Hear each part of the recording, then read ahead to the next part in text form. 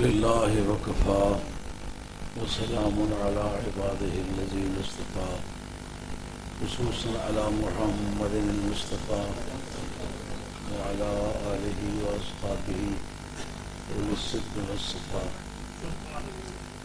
أما بعد فقد قال الله تبارك وتعالى جل جلاله في القرآن المجيد والفرقان الحميد: أعوذ بالله من الشيطان الرجيم، بسم الله الرحمن الرحيم.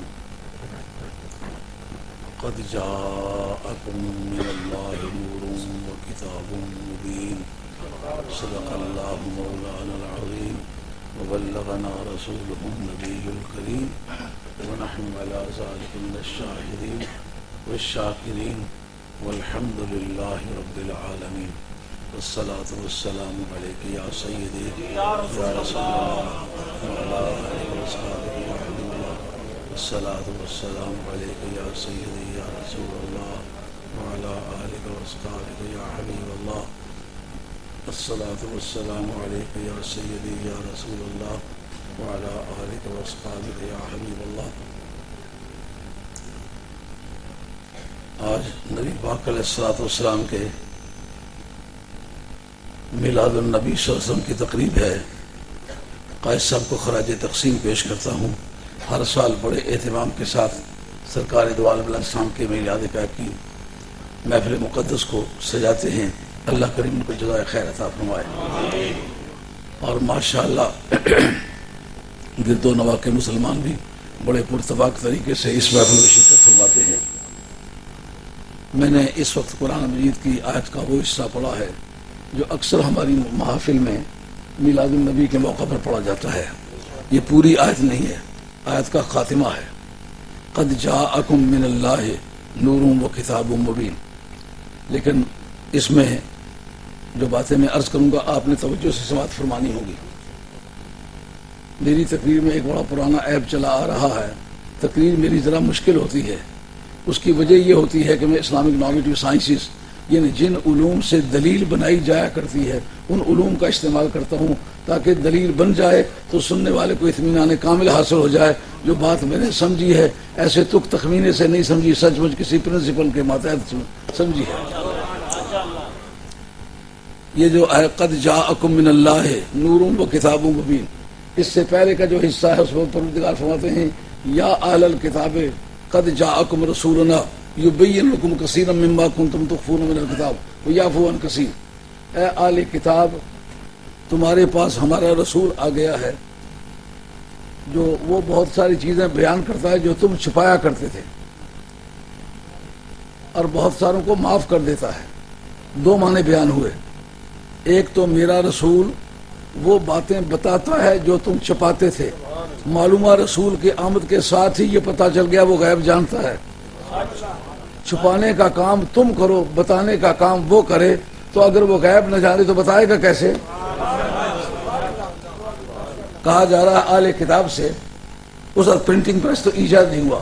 یہ 17ویں صدی عیسوی میں کیکسٹن نے پرنٹنگ پریس ایجاد کیا ہے اور تیسری صدی ہجری میں یہ پیپر انڈسٹری انسٹال ہوئی ہے اسلام میں. اس وقت نہ کاغذ ہے نہ پرنٹنگ پریس ہے. اس وقت گری چنی ہوئی چند کتابیں ہیں، یہودیوں کے پاس ہیں، نصرانیوں کے پاس ہیں. وہ چند نسخے ہیں، وہ سارے مل کے اگر چھپا رہے ہوں اور سرکار بتا رہے ہوں تو معلومہ سرکار کی آمد کے ساتھ ہی سرکار کے غیب جاننے کی اطلاع مل گئی کہ تم چھپاتے ہو وہ بتاتا ہے. جب یہ کہا بہت ساری چیزوں کو بتاتا ہے تو سمجھ میں آیا کہ بہت ساری چیزیں جانتے پر کچھ نہیں بھی جانتے. اللہ کے نفاذ جن کے مطلب تمہیں یہ خیال ہے کہ نہیں جانتے یعفو عن کثیر، ان سے دانستہ طور پر چشم پوشی فرماتا ہے، معاف کر دیتا ہے مگر نہ جانتا وہ بھی ہے. یہاں علم بلاغت جس کو آپ انگریزی میں ایلوکوینس کہتے ہیں، ایلوکوینس کے اندر یہ بحث موجود ہے کہ جتنے یہ لاجیکل کنڈکٹر ہیں یعنی منطقیانہ طور پر جملوں کو جوڑنے کے جو حروف ہیں ان میں اینڈ ایک لفظ انگریزی میں آتا ہے اینڈ وہ ایڈیٹیو کنجنکشن ہے یعنی پچھلی بات کے ساتھ اگلی بات کو جوڑتا ہے. یہ پچھلے جملے جو چلے آ رہے ہیں پیچھے سے وہ بھی اسی نوعیت کے ہیں، جو نیا جملہ آ رہا ہے وہ بھی اسی نوعیت کا ہے. جس وقت دو معنی الگ الگ ہوں اس وقت بیچ میں اینڈ لگتا ہے، واو لگتی ہے، یعنی یہ بات اور یہ بات، مثلا زید آیا اور امر آیا، زید کے بعد امر کا وجود الگ ہے تو پھر اور آیا ہے، اگر زید اور بکر دونوں ایک ہی ہوتے تو اور نہ آتا۔ پیچھے آیا ہے اے اہل کتاب تمہارے پاس رسول آیا ہے جو تمہارے سامنے وہ بہت ساری چیزیں بیان کرتا ہے جو تم چھپاتے تھے اور بہت ساروں کو معاف کر دیتا ہے۔ دو چیزیں بیان ہوئی، ایک رسول کا آنا، دوسرا بیان کرنا۔ آگے آ رہا ہے قد جاءکم من اللہ، قواعد کے مطابق یہاں واو آنی چاہیے۔ اس قاعدے کا نام ہے وصل اور فصل، یہ ایلوکوینس میں چوٹی کا قاعدہ ہے۔ جس وقت اس قاعدے پر آدمی قادر ہو جائے تو پھر اس کے بعد صورتحال یہ بن جاتی ہے علماء کا بادشاہ تسلیم ہوتا ہے۔ اس جگہ واو کیوں نہیں لگی؟ جس نیچر کا جملہ ہے قد جاءکم رسولنا، اسی نیچر کا جملہ ہے قد جاءکم من اللہ نور، اور وہ بھی جملہ خبریہ، یہ بھی جملہ خبریہ ہے۔ جب ایک ہی نیچر کے دونوں جملے ہیں تو دونوں کے درمیان واو آنی چاہیے۔ واو کیوں نہیں آئی؟ کہا واو اس وقت آتی ہے جب پہلے جملے کا معنی اور ہو اور پچھلے جملے کا معنی اور ہو۔ جس وقت پہلے جملے کا معنی بھی وہی ہو اور پچھلے جملے کا معنی بھی وہی ہو پھر واو نہیں لگتی۔ رب یہ کہنا چاہتا ہے جو پیچھے ہم نے کہا ہے نا ہمارا رسول آیا ہے بیان کرتا ہے، وہ دو چیزیں بیان کی ہیں، وہ دو چیزیں اس موجودہ دو چیزوں سے الگ ہوتی تو پھر ہم واو لگاتے۔ واو اس لیے نہیں لگائی کہ جو معنی رسول کے ہیں وہی معنی نور کے ہیں، جو معنی بیان کرنے کے ہیں وہی معنی کتاب کے، کتاب مبین کے ہیں، یعنی یہ اور وہ آپس میں دو الگ الگ نہیں ہے۔ بات سمجھ میں آئی ہے؟ یعنی قرآن کی زبان نے یہ بات بتلایا قواعد کی روشنی میں، جو معنی پہلے جملے کے ہیں وہی معنی پچھلے جملے کے ہیں۔ پہلے جملے میں جو بات کہی ہے ایک بیان کرنا بتایا ہے، دوسرا نبی پاک کا آنا بتایا ہے، بعد میں بیان کا ترجمہ کیا کتاب مبین کے ذریعے سے، نور کا ترجمہ کیا رسول کے ذریعے سے۔ معلوم ہوا قرآن کی زبان میں رسول کا بھی وہی معنی ہے اس جگہ اور نور کا بھی وہی معنی ہے۔ اس لیے جس وقت بھی میراث شریف کی بحث چھڑتی ہے تو اس وقت ہمیشہ یہی آیت پڑھی جایا کرتی ہے۔ لوگ کہتے ہیں میلاد بیان کرو تو مسلمان میلاد کی توقع میں بیٹھتے ہیں، علماء کہتے ہیں قد جاءکم من اللہ نور، وہ سمجھتے ہیں بچے کی ولادت کا کوئی ذکر ہونا چاہیے، جو بچہ نور کے عنوان سے پیدا ہوا ہے اس کے لیے نور والی آیت پڑھی جائے گی۔ دیکھنا یہ ہوگا کہ سرکار دو عالم صاحب کے میلاد کو پروردگار نے کس لفظ سے تعبیر کیا ہے؟ نور کے لفظ سے تعبیر کیا ہے۔ اس لیے علماء ربانی جب بھی کبھی میلاد کی بحث چھڑے تو لفظ نور والی آیت پڑھتے ہیں۔ کیوں؟ کہ پروردگار عالم نے سرکار کی آمد کا ذکر نور ہی کے عنوان سے کیا ہے۔ اس پر دور حاضر کے دانشوروں کا اعتراض یہ ہے یار اس جگہ تو سرکار دو عالم صاحب کے مبعوث کیے جانے کا ذکر ہے، میلاد کا ذکر تو نہیں، کیونکہ میلاد آج سے 55 برس پہلے گزر چکا ہے، کیونکہ یہ 5ویں سال ہجرت میں مدینہ طیبہ میں سورہ مائدہ نازل ہوئی ہے۔ یہ سورہ مائدہ کی ایک آیت ہے۔ سورہ مائدہ سرکار کے اعلان نبوت سے 15 برس بعد نازل ہوئی ہے، تو سرکار کی ولادت تو وہ سے بعثت سے 40 برس پہلے ہوئی ہے۔ اگر وہ 40 برس اور یہ 15 برس ڈالو تو 55 برس بن جاتے ہیں، تو 55 برس پہلے ہونے والے واقعے کو قرآن آج کیوں بیان کر رہا ہے؟ بات سوال سمجھ میں آیا نہیں آیا؟ توجہ طلب بات ہے۔ کہتے ہیں میلاد کا بیان ہوتا تو پھر موقع پر ہوتا، یار اس وقت وحی کا سلسلہ شروع ہی نہیں ہوا، موقع پر کیسے بیان ہوتا؟ کہتے ہیں ماضی کا واقعہ ہے، آج 55 برس بعد اس کی مراد تم کیسے لیتے ہو؟ ہم قرآن سے ثبوت پیش کریں گے کہ ہزاروں برس پہلے کی بات ہے، ماضی سے تعبیر ہوئی ہے۔ اللہ کریم فرماتے ہیں کہ ہم نے موسیٰ علیہ السلام وَلَقَدْ أَرْسَلْنَا مُوسَىٰ إِلَىٰ قَوْمِهِ بِآيَاتِنَا أَنْ أَخْرِجْ قَوْمَكَ مِنَ الظُّلُمَاتِ إِلَى النُّورِ۔ کئی ہزار برس پہلے گزر چکے ہوئے ہیں کہ موسیٰ علیہ السلام کو بھیجا تو پروردگار عالم نے یہ ارشاد فرمایا کہ ہم نے موسیٰ علیہ السلام کو نشانیاں دے کر کے بھیجا، حالانکہ وہ کئی ہزار برس پہلے کی بات ہے، آج وہ کیوں بیان ہو رہی ہے؟ اگر بیان اور واقعے کا اکٹھا ہونا ضروری ہے تو جس واقعے کا ذکر قرآن کر رہا ہے وہ تو کئی ہزار برس پہلے ہو چکا ہوا ہے۔ اگر کئی ہزار برس پہلے ہونے والے واقعے کو آج بیان کیا جا سکتا ہے تو 55 برس پہلے واقع ہونے والے واقعے کا ذکر آج بھی ہو سکتا ہے۔ لیکن لفظ نور پر آج ایک بحث ہے۔ وہ کیا بحث ہے؟ علماء حضرات متوجہ ہو کہ وہ کہتے ہیں یہ تشبیہ بلیغ ہے۔ تشبیہ بلیغ اس بات کا نام ہے جیسے کہتے ہیں زید شیر ہے۔ اب زید شیر ہے کا معنی کیا ہے؟ اس میں حرف تشبیہ بھی ذکر نہیں ہوا، وجہ شبہ بھی ذکر نہیں ہوا، تو مطلب یہ ہوا کہ جو زید ہے اس کے اندر شیر والے اوصاف ہیں مگر فی الواقعہ شیر نہیں ہے۔ یہ معنی مجازی ہے۔ معنی مجازی کب لیے جائیں گے؟ جب معنی حقیقی ممکن نہ ہو۔ یہ ایک توجہ طلب بحث ہے جو یہاں سے شروع ہوتی ہے. آج یہ 15-20 منٹ جو وقت میرے پاس ہے میں اس وقت کے اندر اس بات کو بیان کرتا ہوں, آپ توجہ سے سماعت فرمائیں. یعنی جس وقت کوئی تشبیہ بلیغ بولی جاتی ہے, حرف تشبیہ بھی ذکر نہیں ہوتا, کی مانند بھی نہیں کہتے, فلاں وجہ سے وہ ایک طریقے ہیں یہ بھی نہیں بیان کیا جاتا, صرف مشبہ اور مشبہ بہی کا ذکر کیا جاتا ہے. زید شیر ہے, اب زید شیر کہتے وقت آپ یہ مراد نہیں لے سکتے کہ اس کے پنجے ہیں, اس کی ڈاڑیں ہیں, وہ پھاڑ کھاتا ہے, وہ جنگلوں میں رہتا ہے. تشبیہ بلیغ, مولانا آپ ایک عالم دین مدرس ہیں, درسیات کے فاضل ہیں, درسیات کے فاضل ہونے کے ناطے سے آپ سے عرض کروں گا کہ تشبیہ بلیغ کہاں استعمال ہوتی ہے جب معنی حقیقی نہ پائے جا سکے. مثلا ہم نے کہا زید شیر ہے, پر ہم نے شیر سے بہادر کے معنی لیے, یہ معنی مجازی ہے. معنی مجازی کیوں لیے؟ کہا کہ حقیقی معنی یہاں ممکن نہیں ہو سکتے. وہ جو ممکن نہیں ہو سکتے اس کی وجہ کیا؟ قرینہ صارفہ موجود ہے. 2 ٹانگوں پر چلنے والا آدمی ہے, 2 ہاتھوں سے کام کرنے والا آدمی ہے, اور انسانی بستیوں میں رہتا ہے. وہ شیر ہوتا تو جنگلوں میں رہتا. اس کو کہتے ہیں قرینہ صارفہ. قرینہ صارفہ روکتا ہے اس بات سے کہ اصلی معنی نہ لیے جائیں. اب دیکھتے ہیں کہ سرکار کے نور ہونے میں وہ کہتے ہیں یہ معنی ہے جس طرح روشنی سے ساری چیزیں نظر آنے لگ جاتی ہیں, سرکار کے آنے سے حق اور باطل نظر آنے لگا, اچائی اور برائی جو ہے وہ واضح ہونے لگی.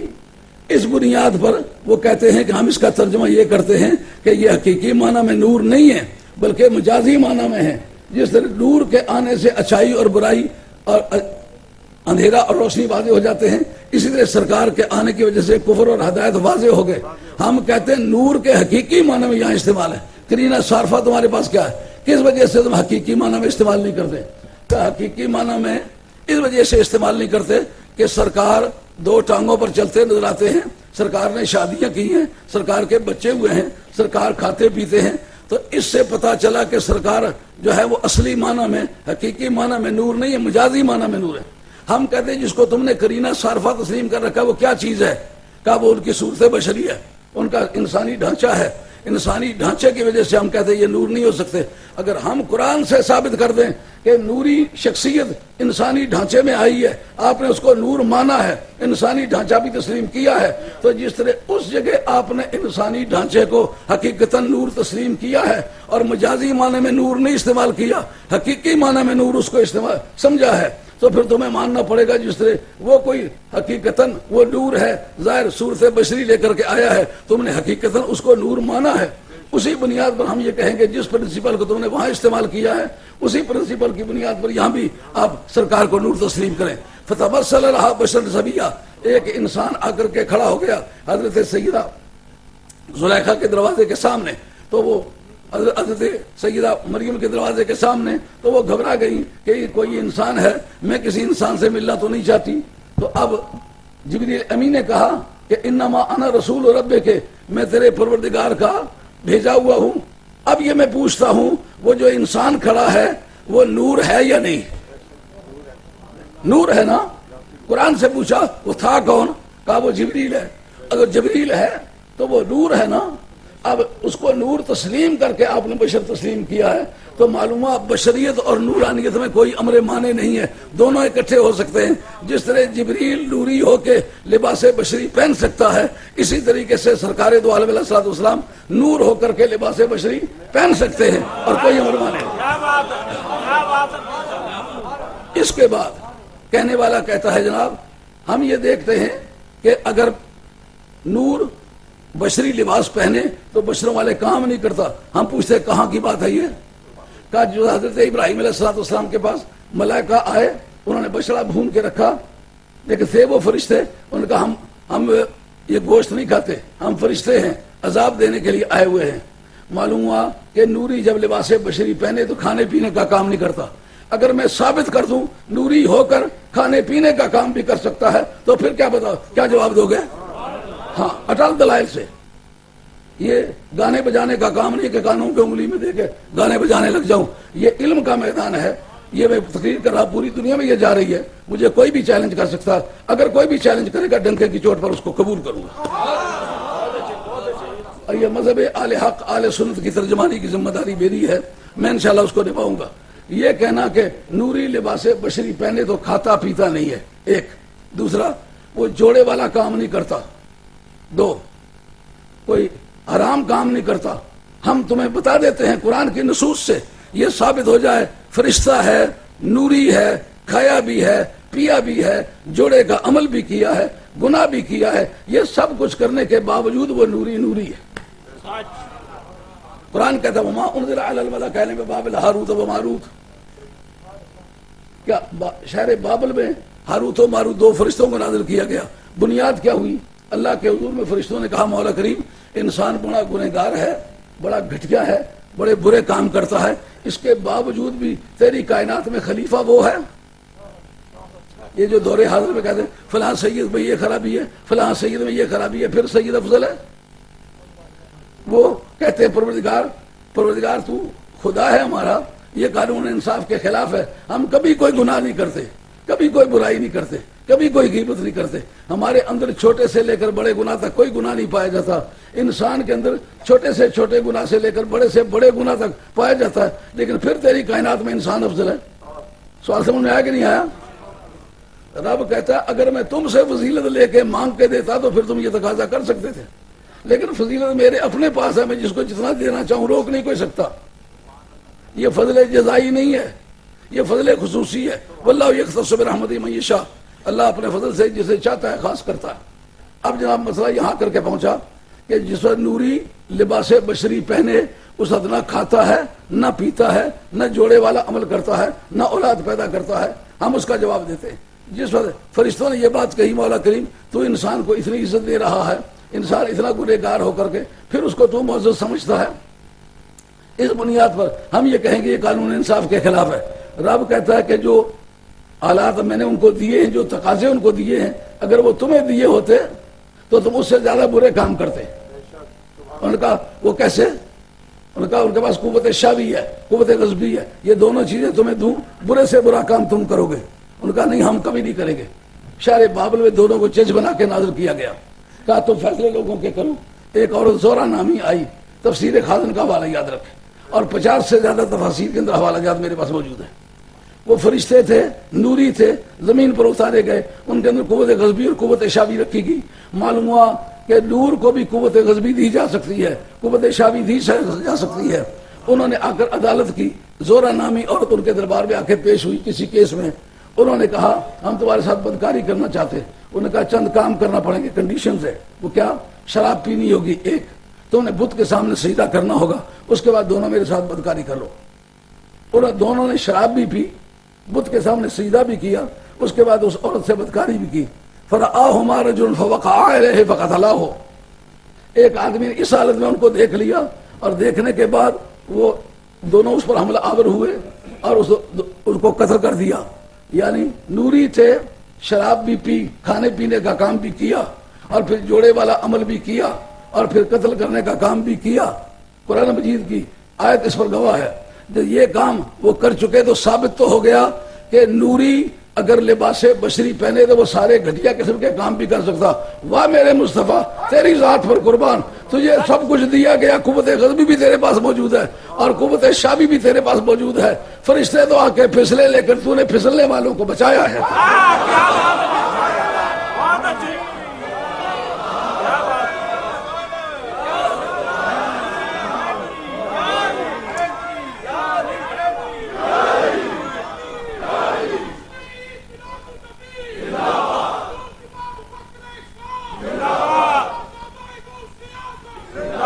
جس مجبوری کی وجہ سے تم نے کہا یہ نور معنی مجازی میں ہے, اس کو کرینہ صارفہ بنایا. اس کو انگریزی میں کہتے ہیں کہ پریونٹیو. اس کا کیا مقرر کیا کہ اس کا بشر ہونا معنی نور کو معنی ہے.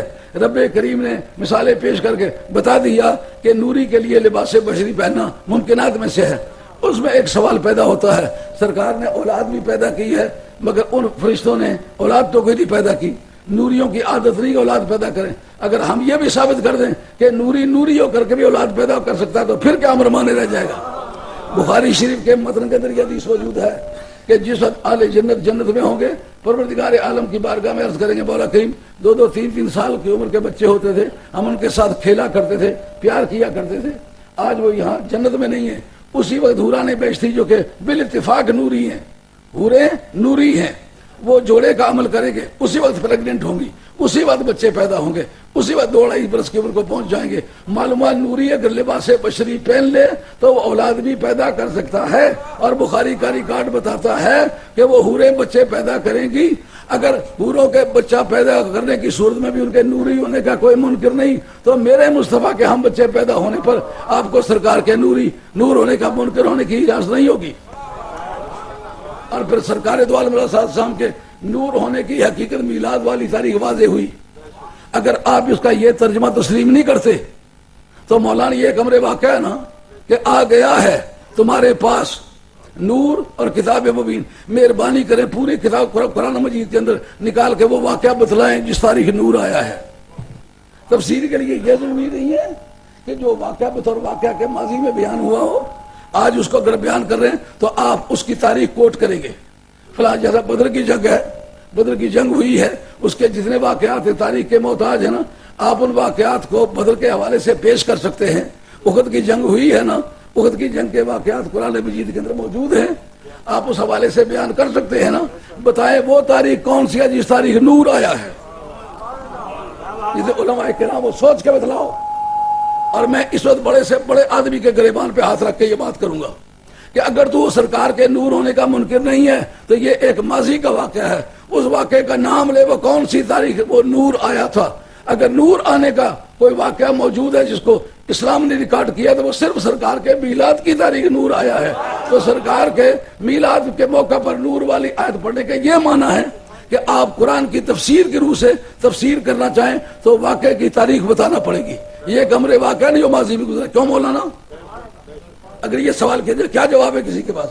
وہ تاریخ بتلاؤ جس تاریخ نور آیا ہے۔ رب نے کہا ہے نا نور آیا ہے، جس تاریخ نور آیا ہے اس تاریخ کا نام لو، وہ کون سی تاریخ ہے؟ وہ سرکار کے میلاد والی تاریخ ہے۔ سرکار کے میلاد کی تاریخ کو نور ہے، اس کے سوا اور اس نور کی شہادت متعدد وسائل سے۔ توجہ سے سماعت فرمائیں، ٹائم تھوڑا سا رہ گیا ہے، میں بات کو ختم کرنے والا ہوں۔ مجھے یہ بڑی پریشانی ہوتی ہے، میں نے سالوں لگا کر کے دلائل تیار کیے ہوتے ہیں، تو جب کہتے ہیں فلاں آدمی کو نعت پڑھنے دیں آپ تقریباً 5 منٹ کریں، اس وقت مجھے بڑا صدمہ ہوتا ہے۔ ہم نے بڑی زندگی گزاری ہے اور عام سوسائٹی سے زیادہ صحت مند بھی ہے۔ میں اس وقت 3.25 منٹ اٹھا لیتا ہوں، تو جب جوانی میں ہوں گا تو پھر تو بہت اچھی حیثیت کا آدمی ہوں، صحت بھی تھی، صورت بھی تھی، علم بھی تھا، پیسے بھی کماتے تھے، تو ساری لمبی لمبی راتیں جوانی کی اسی مشن میں گزاری ہیں۔ اب اگر ہمیں نعت خانوں کی صفوں میں کھڑا کر دیا جائے تو ہماری غیرت اس کو کبھی قبول نہیں کریں گے۔ میں دستگیر والی بغداد کا پوتا ہوں، میں نتھو کہرے کی اولاد میں سے نہیں ہوں اور دوڑ بھاگ کے سید بھی نہیں بنا ہوں۔ میرے گھر سے لے کر کے سرکار دو عالم السلام کے گھر تک روزوں کی قطاریں ہیں۔ میری نسب معلوم کرنے کے لیے آپ کو شجرہ نہیں دیکھنا پڑے گا، میرے خاندان کے لوگ بغداد شریف تک، مدینہ شریف تک کہیں گے ہمارے خاندان کا آدمی۔ ہمارے لیے مشکل ہے۔ اب اس موقع پر اس بات کا فیصلہ کرنے کے لیے ایک وہ شہادت پیش کروں گا جو میڈیکل شہادت ہے۔ امبرایالوجی، یہ میرا علم تو نہیں ہے نا، یہ میڈیکل کا ہے نا۔ یہ بچہ ماں کے پیٹ میں قرار کس طرح پاتا ہے اور امپروومنٹ کس طرح کرتا ہے، ترقی کس طرح کرتا ہے، ولادت اس کی کس طرح ہوتی ہے، اس کا حال معلوم ہو سکتا ہے تو اس کی ماں سے ہو سکتا ہے، ماں کی سہیلیوں سے ہو سکتا ہے۔ مائی صاحبہ فرماتی ہیں مجھے کوئی علم نہ ہو سکا کہ میں امید سے ہوں، صرف مینسز میرے رک گئے، اس سے میں سمجھنے لگی کہ میں امید سے ہوں۔ لیکن جو بچے کی عمر زیادہ ہوتی گئی میرے پیٹ میں تو میری باڈی بڑی نہیں، وزنی نہیں ہوئی، گریویٹی نہیں ہوئی، کشش جرے ثقیل نہیں ہوئی۔ کشش جرے ثقیل نہ ہونے کی بنیاد کیا ہے؟ امبرایالوجی کا آپ مطالعہ کریں۔ مجھے پتا ہے میرا سرفار نہ کسی ڈاکٹر نے کرنا نہ کسی مولوی صاحب نے کرنا ہے۔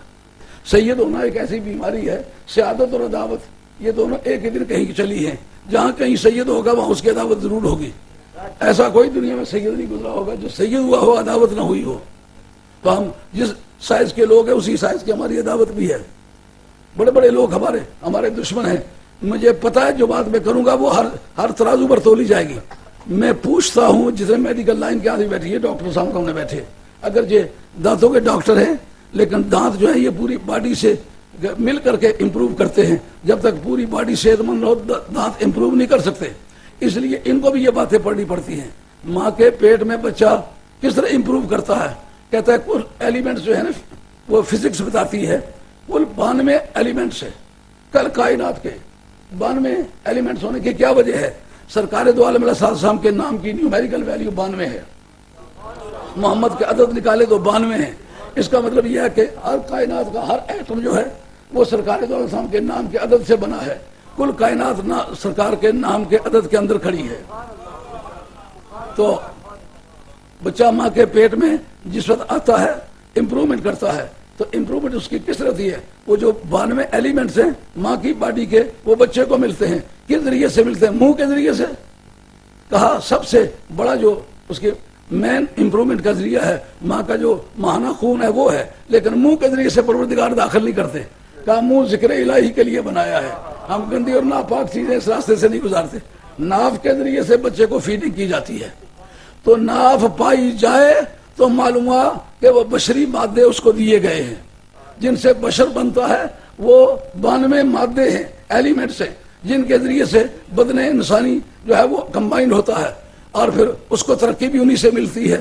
کہ وہ اگر ناف سلامت ہو تو اس کا مطلب یہ ہوگا کہ اس بچے کو ماں کی باڈی سے جتنی امپروومنٹ ملی ہے. کل بھی کوئی خاتون میرے پاس آئی تو وہ اپنی تکلیف کا ذکر کرنے لگی. میں نے کہا یہ جو تمہاری تکلیف ہے بتا دیے کہ تمہارے پیٹ میں نر بچہ ہے. کیوں؟ کہا بچے کا جو قانون میں حصہ ہے وہ 2 بہنوں کے برابر ایک بھائی کا حصہ ہے. تو ماں کے پیٹ میں بچی ہو تو ایلیمنٹس کم لیتی ہے, بچہ ہو تو ایلیمنٹس زیادہ لیتا ہے, اس لیے ماں تنگی محسوس کرتی ہے. میں نے کہا گھبراؤ نہیں. آپ کی ماں سے پوچھا, کہا یہ عام بچوں جیسا ہوتا تو ساری کائنات سے زیادہ وزن یہ تھا, اس وجہ سے مجھے تکلیف ہوتی, لیکن میرے بدن میں کوئی تبدیلی نہیں آئی. حتیٰ کہ ولادت کا وقت آ گیا مجھے کوئی گریویٹی نہیں ہوئی. وجہ کیا تھی؟ تمام محدثین اس پر متفق ہیں. سرکار جو پیدا ہوئے تو سرکار دو عالم السلام کی ناف کٹی ہوئی تھی اور آمل نال جس کو جیلی کہتے وہ تھی نہیں. کیوں؟ وہ اندر ایک کالونی پروردگار بناتا ہے ماں کے پیٹ میں, جس کا ٹمپریچر الگ ہوتا ہے, جس کی سہولتیں الگ ہوتی ہیں. جب تک وہ پیدا نہیں ہوتا اس کالونی کے اندر رہتا ہے. رب کریم نے وہ کالونی پیدا ہی نہیں کی اور ناف کو کاٹ کے پہلے ہی چھوڑ دیا. اس نے اتفاق دیکھی ہے کہ آج تک محدثین میں سے ایک شخص ایسا نہیں گزرا جس نے یہ کہا ہو یہ ناف کٹنے والی حدیث کمزور ہے. آج میڈیکلی ان کو ماننا پڑے گا. اگر بشروں والا میٹیریل سرکار کو دیا گیا ہوتا, ماں کے بدن سے گیا ہوتا, ماں کمزور ہوتی, سرکار کی باڈی جو ہے وہ اس کا ویٹ بڑھ جاتا, لیکن وہ ناف کے ذریعے سے ان کو وہ غذا ملتی رہی, جس کا نتیجہ یہ نکلا کہ پوری دنیا میں ناف کے ذریعے سے غذا ملتی ہے. میرے مصطفیٰ کو ناف کے ذریعے سے ماں کی بشریت کا جو ایلیمنٹس ہے وہ ملتے, تو پھر یہ اس کی باڈی جو ہے وہ مادی طور پر بڑی ہوتی. چونکہ اس کی ناف ہم نے کاٹ ہی دی ہے. آج ڈاکٹروں سے پوچھو اگر ناف کٹ جائے یا ڈیمیج ہو جائے بچہ ایک لمحہ بھی ماں کے پیٹ میں زندہ رہ سکتا ہے؟ نہیں زندہ رہ سکتا. پھر سوچ کے بتلاؤ اگر یہ سرکار دو عالم السلام کہ وہ ناف کٹی ہوئی تھی تو ماں کے پیٹ میں زندہ کس طرح رہے؟ ماننا پڑے گا اگر نور نہ ہوتے تو اس کی گریویٹی بھی ہوتی. کشش جر سکیل کا تعلق ہے مادی میٹیریل کے ساتھ. کا مادی میٹیریل اس کو لگایا ہی نہیں گیا, اس لیے ماں کے اندر گریویٹی پیدا ہی نہیں ہوئی. اور سرکار دو عالم السلام کی ولادت ہوئی تو ماں کہتی ہے خرجہ منی نور, ماں شفا کہتی ہیں حضرت سیدہ کے بدن سے نور برآمد ہوا. اور حضرت ام ایمن کہتی ہیں حضور نبی کریم صلی اللہ علیہ وسلم دادا صاحب کی کنیز ہیں. اور یہ صہیبہ لونڈی, یہ تینوں کے تینوں کہتی ہیں سرکار کے دو عالم السلام کی ولادت کے وقت بچے کی ولادت ہم نے نہیں دیکھی, بچے کا بعد میں پتہ چلا, اس وقت نور نکلا. کہنے والا کہتا ہے اب جو یہ ہے قانونی شہادت میں عورت کی شہادت پر کافی بحث ہے, اور 2 عورتیں مل کے ان کی شہادت ایک کے برابر ہے. یہاں کوئی مرد ہے ہی نہیں, اگر مرد ساتھ نہ ہو تو عورت کی شہادت قابل قبول نہیں. یہ بات سننے کے بعد عرض کروں گا اس کو جس کورٹ میں دل چاہتا ہے مجھے آپ لے چلے, ایسی شہادت پیش کروں گا کہ جس کی وجہ سے کورٹ کو مجبور ہونا پڑے گا. قانون کہتا ہے جس بارے میں مرد کی شہادت ممکن نہیں اس میں صرف عورت ہی کی شہادت قابل قبول ہوگی. ولادت کے وقت کسی مرد کا موجود ہونا عادتاً اور عملاً ممکن نہیں تھا, اس لیے اس سلسلے میں ان خواتین کی شہادت جو ہے وہ عرف آخر ہے, وہ فیصلہ کن ہے, اس شہادت پر کوئی بحث نہیں ہو سکتی. آج اگر ایک کسی اسٹیٹ کی بحث ہو, باپ مر جائے, اسٹیٹ مین تھا, اس کی بیوی بعد میں بچہ جنے اور اس بچے کی ولادت کی شہادت صرف عورتیں دیں, مرد کوئی نہ دے, پوری اسٹیٹ اس بچے کو مل جائے گی جس کی عورتیں گواہ گزرے گی. قانون کہتا ہے اس موقع کی گواہ عورت ہی ہو سکتی ہے. اگر پوری دنیا کی اسٹیٹوں کے فیصلے عورتوں کی شہادت کی بنیاد پر ہو سکتے ہیں تو میں پوچھتا ہوں مدینے والی سرکار کی ولادت کے وقت اگر صرف عورتیں ہی گواہ ہیں ان کی شہادت قابل قبول کیوں نہیں ہے؟ رب کہتا ہے قد جاءکم من اللہ نور، میری طرف سے بھی نور گیا، جن کے پاس آیا وہ بھی کہتے ہیں میرے پاس نور آیا۔ سرکار کہتے ہیں انا من نور اللہ وکل خلق من نوری، اللہ کہتا ہے یہاں سے نور گیا ہے، جن کے گھر آیا وہ کہتے ہیں نور آیا ہے۔ سرکار فرماتے ہیں مجھے اللہ نے نور بنا کے بھیجا ہے۔ تو جب یہ تین شہادتیں گزر گئی، کتنا بدبخت تھا وہ آدمی، خدا کی شہادت بھی گزری، حضرت نبی کریم صلی اللہ علیہ وسلم کی ماں کی بھی، دایا کی بھی، حضور کی اپنی شہادت بھی گزری۔ ان تینوں شہادتوں کے بعد کہتا ہے میں نور نہیں مانتا، مجازی معنی میں مانتا ہوں۔ معلوم ہوا اس کو دین کا شعور نہیں ہے، وگرنہ مجازی معنی کا چانس نہیں، حقیقی معنی میں سرکار دو عالم السلام کی ذات پاک نور ہے۔ اور اس میں ایک اور بحث ہے کہ جو بھائی شفا کہتی ہے کہ میں نے اپنے اس کمرے کے اندر کھڑے ہو کر دیکھا تو شہر بصرہ کے محلات مجھے نظر آ رہے تھے۔ وہ کیا بات تھی؟ آپ اگر مکہ شریف گئے ہوں گے تو یہ شمال مشرقی کونا ہے کعبہ شریف کا، اگر 200 فٹ بلندی پر آپ نگاہ اٹھا کے دیکھیں تو ایک ریل روڈ ہے وہاں، اس کے کنارے پر نبی پاک علیہ السلام کے میلاد شریف کا والا کمرہ جس میں سرکار کی ولادت ہوئی۔ وہاں آپ دن کی روشنی میں کھڑے ہو کر مکے سے باہر دیکھنا چاہیں، اتنے اونچے اونچے پہاڑ ہیں کہ آپ کی نگاہ اس سے کبھی پار نہیں ہو سکتی۔